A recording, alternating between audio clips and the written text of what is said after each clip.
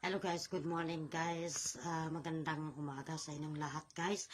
Isa na naman ang tatalakayin natin dito sa pamamagitan ng Facebook video reels mga katropa.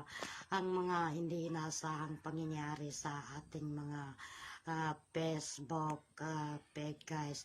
So kahapon guys ay binabanggit ko nga pala sa inyo na hindi inaasang aksidenteng nangyayari ang pagka-turn off ng aking dashboard guys, na siya namang naging dahilan kung bakit siya bumabalik sa zero balance o nagiging red ito siya guys.